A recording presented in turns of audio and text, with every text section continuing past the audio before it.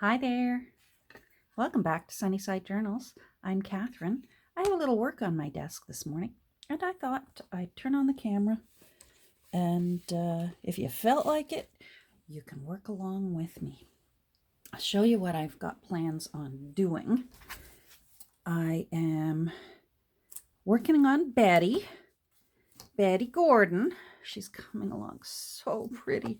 I am so enjoying making this journal. You know what?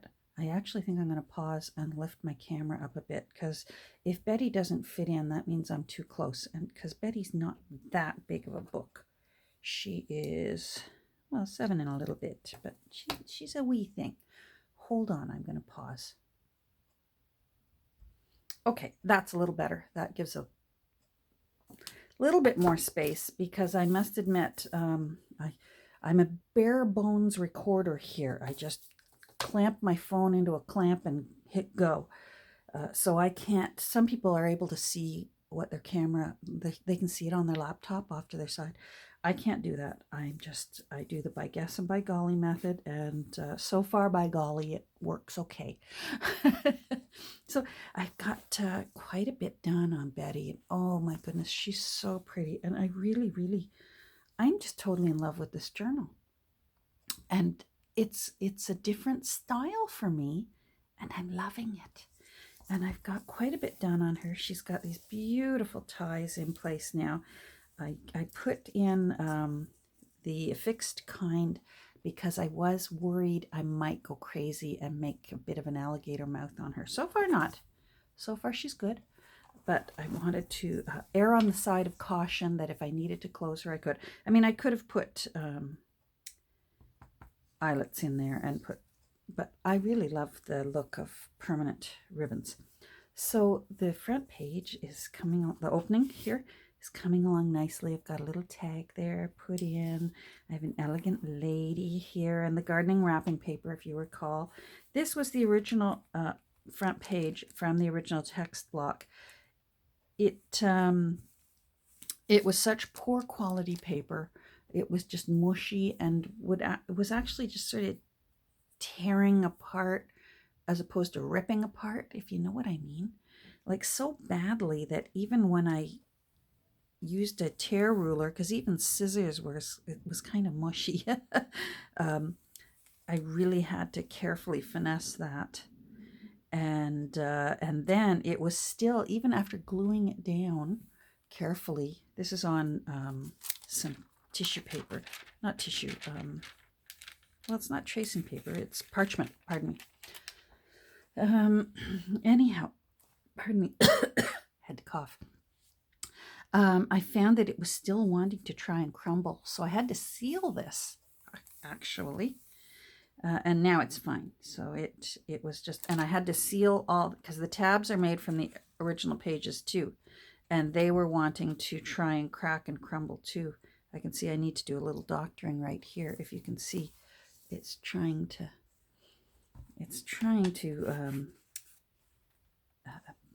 wither away, and I will not let it. Betty deserves to enjoy another 100 years. So I put that on the front of the tissue, but then I put, because I love that you can see that this was a page out of the book. See how you can see through it? And you can see that there's Books for Girls by Alice B. Emerson, and the Betty Gordon series, it lists it through. But then I put the copyright on this side, and I think that turned out really nice. I sort of tucked it in there, snuck it in there. And then I imagine, I don't want to get on too much of a theme or a tangent with this one. I just would like it to be a pretty kind of book. But I imagined, a teenage girl, what she might do. So I pulled out my old manual typewriter. I've got a crummy old manual typewriter, and I typed what a sassy, smart teenage girl might do if she's worried that spying eyes were going to find her journal. So private and confidential, keep out. I remember worrying that my journals would get discovered and read. Anyhow, I made a little pocket here. I had some fabric shelving. You peel and stick shelving. There it is.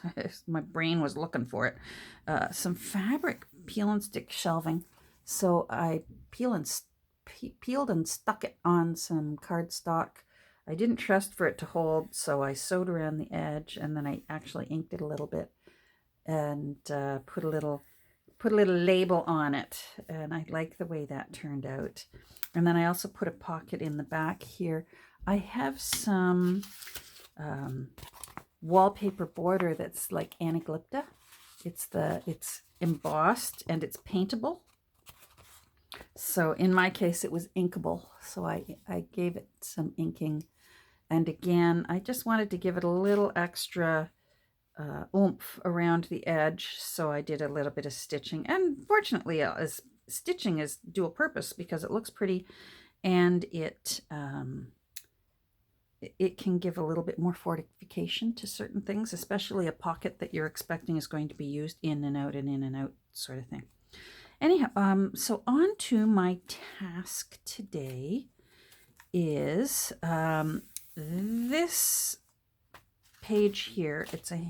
It's from an old hymn book that I have, in 1921 hymn book. And I created yesterday off camera, I created sort of a cabinet card. I cut a picture out of The Edwardian Lady, which is the biography of Edith Holden. I have a couple of copies. So I'll actually show you where I got this from, because I cut the photo out and I fixed it. I have some chipboard that I found at a thrift store. I'm trying to figure out what this might have been for. There was a whole packet of these. They're fantastic, really tough and really thick. They've just got this dreadful glossy wood grain on it, and it wouldn't peel off, so I sanded it off with just a good old sanding block. And because I wanted to be able to glue this picture. Her name's Bella Trathen, T-R-A-T-H-E-N, Trathen, doesn't matter. Well, I'm sure to Bella it matters, but. So I wanted to put her photo on this side so that I could still use the matte side and make a journaling area, because it's sort of a quasi cabinet card. Obviously, it's the wrong size as well. For cabinet cards are thinner, a little bit thinner and a little shorter. They're about that size. But this is my version. So I got that done. My corner chomper wouldn't cut through how thick this chipboard is. So what I did though was I used the corner chomper and I pushed down as hard as I could, and it left the rounded dent, and that allowed me to go in with scissors and cut as smoothly as I could and round the corners. And then to really make them round, you go in with your sanding block. As I mentioned in my favorites video that I did, I use my sanding block every day, several times a day. So get yourself a sanding block and use it. I just rounded all these edges. It really makes it like a professional finish. It makes all those, because they're still kind of jaggedy, as try as you can with chipboard and that, you just cannot get a smooth curve with a pair of scissors. And then I used my, I hope the shimmer is showing up. I used my new love, this gilding wax. I just got it on Amazon, and I love this. I'm still guessing my way through learning how to use it. I have yet to find a tutorial from a crafter on how to effectively use gilding wax. So I'm learning by immersion. I'm being an autodidact with my gilding wax. And if you know how, please, I would welcome any kind of suggestions. I think I'm doing okay, because this is certainly what I was looking for. I wanted really shimmery gold edges, and then I wanted it to fade away along this side. I wanted Bella's picture just to look lovely like that. So I'm happy with how Bella turned out, but Bella needs a beautiful place to go in the book. And of course, I've already got my signatures sewn in. So I want to make a pocket for her out of part of this doily, which I love this doily. So I'm thinking I want to maybe make it there. And I don't mind if a little bit of this hangs over the edge. I rather like that. I think that looks pretty. And this doily is it's quite tough. So I know that it'll be able to take, because this is a heavy card, it's going to need something significant to be able to take a lot of in and outs. So I know that this doily is up for the job. It's so beautiful. I'm going to bring this up so you can see. I just love it so much, and I'm loving Betty so much. She's getting 2 pieces of this doily because there's already a little bit of it on her cover here. And I just love it.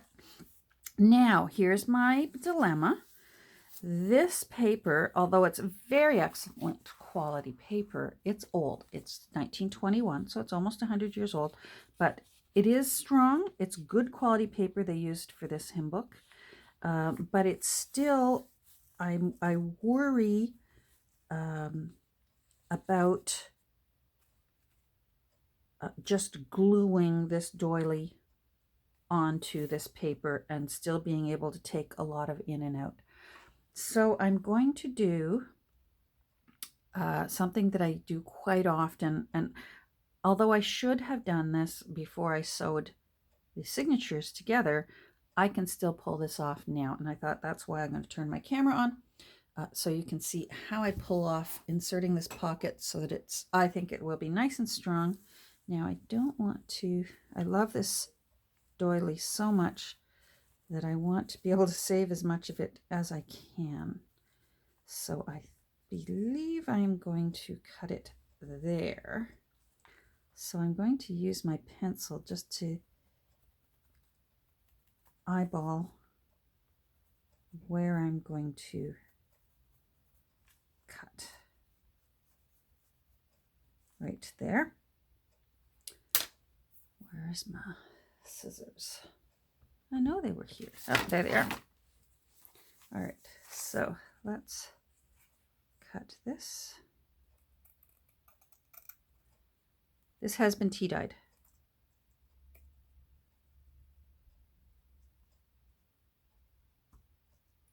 This is tough lace, and I don't want the scissors to suddenly decide to go right through it and then go right through my finger as well. These are not the days for sitting in the emergency room waiting for stitches. I do not care to do that today. So there we go. So I'm happy with that. I don't mind this little bit of cotton there because I do want it to look like it was a doily and that it has been cut from a doily, and that it has been repurposed, and possibly even repurposed by a very talented, savvy young lady. Now I do want that tidied up just a little bit though, straighter over.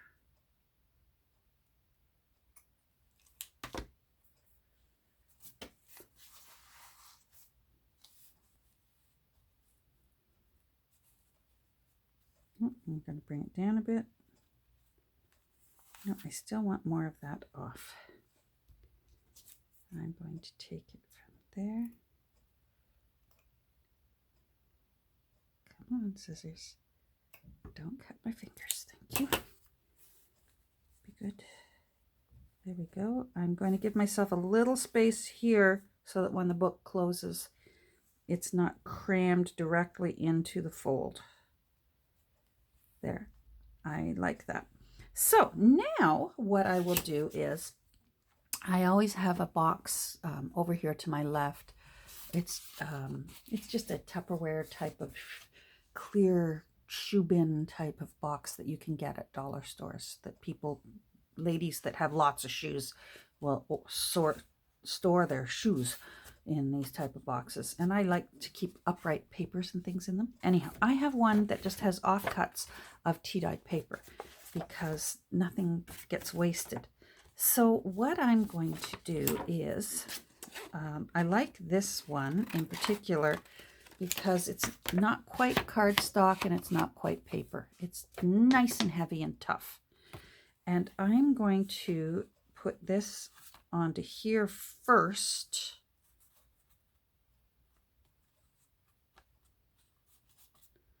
And then I'm going to, I want to be able to see through it.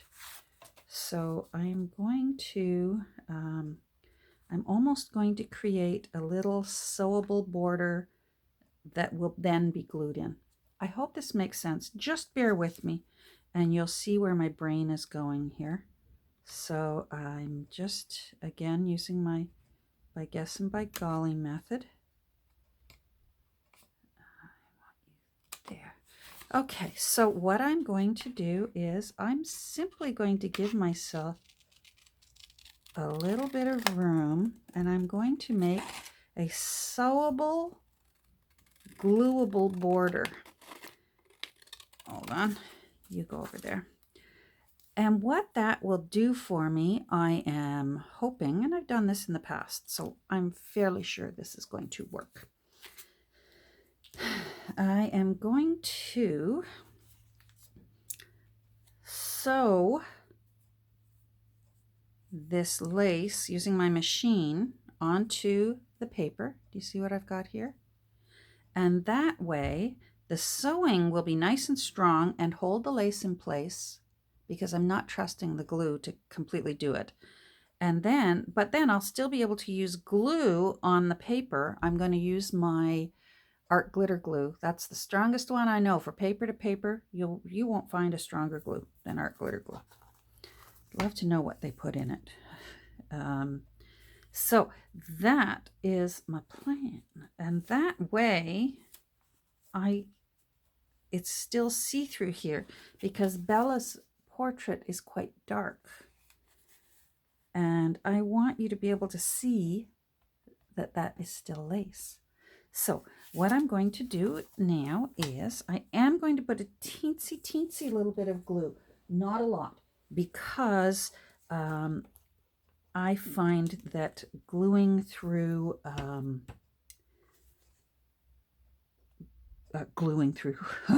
sewing through glue is not nice for my needle. So as you can see there, not a whole lot of glue, and I'm going to spread it out.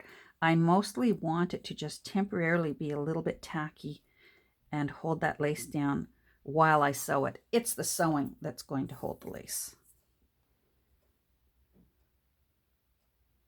And if you recall, I want that, I don't know, it kind of looks like a tulip or one of those bushes. We used to have it at our old house, a bleeding heart, it's called. There we go. So as you can see, the glue has held that in place. And now I'm going to go over and I'm going to sew it on. So I'm going to pause for a second and I'm going to go over and do that. So it'll be like this. Okay, so I've sewn it on, and as you can see on the back here, it's all, I went around the edge. I wanted straight stitching through that one little section of the flat fabric, just because I did. The heart wants what it wants, and now I just want this slightly rounded. There we go. And now I want to tie these top threads in a knot. Just to tie them off. This is going to be a very thready journal and I'm enjoying the threads, so I'm leaving them on. And the future owner of Betty, if they don't enjoy threads, because they're not everyone's thing, they can trim Betty's threads. So I'll leave that up to them, but I'm just tying these together whichever way. Doesn't really matter. The underside probably doesn't even need to be done because it's going to be glued, and I don't have any, because the top one's already tied in a knot, it really wouldn't go far if it tried to unravel. All right, now as much as I do love threads, I will still trim them a little bit because this is crazy. And every lady needs a little maintenance sometimes. Yes, I just went there. All right, there we go. So, I love it. Let's bring the book here so that Bella can have a beautiful place of honor right here. And that way, because I'm gluing paper to paper, I can use my favorite glue. And I will have no doubts whatsoever that this will hold nice and securely. I'm just making sure that sometimes when I use this first thing in the morning, it doesn't want to, it's good, okay. Sometimes it wants to be persnickety. So I'm just going to go in with my art glitter glue. I know some people successfully use art glitter glue with fabrics and things like that. I haven't found it to be as good as Fabri-Tac for fabric. Just me. But paper on paper, paper on cardboard, you know, paper products, it's fabulous. Now I don't want it to glop out, so I'm just going to spread it around a little bit. I want my threads to stay out front. Alrighty. Let's put you in place. Oh, and then I want to remember before I turn off the camera to show you where I was going to put Bella. I'm going to move you over just a bit more. I really want room down in that gutter there, so that when these close, there's plenty of room. Yep, that's nice. So that is exactly what I wanted. I love that that's hanging out a little bit down below. And I love that Bella has a lovely new home. I really think that that looks beautiful. Now I'm going to put some journaling paper on the back here. So let's do that very quickly. I've still got a few minutes. If you recall, my phone only likes to give me 33 minutes. And it's probably a wise thing. My phone knows I'm a chatterbox. So I'm just going to go around this edge just to give it a little bit more definition. This has already been tea dyed. It's a little box of stationery I found one day. And I've already got the envelope sewn in here, back here. So this is the paper that went with it. So I just trimmed it down to the size of that card behind Bella. And Bella is going into Betty's book. And I think Edith would be very happy that her friend Bella is in Betty's book. There's alliteration for you. Bella's in Betty's book. And it's beautiful. Now, I don't like that little point there. So I am going to see if I can just gently, roundedly snip off that point without... There we go. I'm happier. I'm happier now. I don't mind that little point so much. It's not quite so sticky-outy. All right. Now I am going to I want this really lovely and flat. So I'm going to use my aerosol glue. So I'm going to pause you again for a second. Okay. I already put it down because you have to move quickly with the aerosol adhesive. So in case you're wondering, this is the one I like. I've tried them all. That's the one I like. I still want this a little grungier. So I've got this funny little stencil. I got it one day, funny little crafting shop in Oshawa. It was my first date, actually, with my crafty crush. Yeah, and I found it there. They were having all their stencils on sale, so I grabbed it. And I like it because it sort of has coffee rings and splatters and splotches.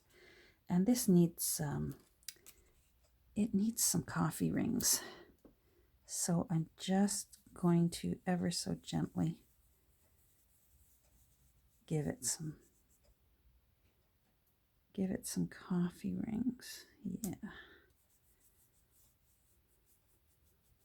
And maybe a few splatters, right? Yeah, love it. Let's put a little ink splotch here. And maybe those polka dots as well. Yeah. And maybe some of these splatters down here. Oh, there goes my alarm telling me 33 minutes. Boy, that's an irritating alarm. I wonder if I changed it and I didn't even know it. Hold on. Dismiss. There we go. All right, let's see. Yep, there. I love it. It's a little bit grimier. All right, there you go, Bella. Now you've got a new home. I'm going to tuck you in there. So that's where she's going to go. Originally, I had hoped to put her over here. I made a window out of one of my old photo album windows, because I imagined that maybe Betty was missing somebody, so that she had made this little memorable place. But this is the original sort of parchmenty kind of paper from this old book, so it's very yellow. I don't know how old it is. This is actually also original from that photo album. This tracing paper was in front of every single page, and I love it. You can, if you look at it carefully, it looks like it's got spider webs on it. Anyhow, because it's so yellow and because the picture I chose of Bella is so dark, you really can't see Bella very well through there. So I'm going to get a different photo to put in there, Bella, but I still wanted to use Bella because I think she's lovely. But I know I'm going to be able to find a black and white photo. Like, here's a picture. This is my gran and my granddad. And I think if I use a proper black and white photo, here, I'll just tuck that in. See, you can see it through. So I think I need something a little more bold, a black and white photo that I'll put in there. Maybe Gran and Granddad could go in. That was their 40th anniversary. I have lots of copies of this. I love this picture. Look at the bouquet of flowers she had. Alrighty, I'm going to get going now. Thanks for visiting with me. And I hope you enjoyed seeing how you can put a lace pocket into a book and have it nice and secure. This is really in there. And attach it to some more delicate paper, but you want to know that it's still going to hold. And so just simply sew your pocket to some stronger paper and then use paper glue to hold those things together. And you'll have yourself a very pretty lace pocket that you can put in without, if you mistakenly sewed your signatures together and now you can't get your book through the machine to sew it in yourself. So there we go. Thanks for visiting. I hope everyone has a great day, and we'll talk soon. Take care. Bye.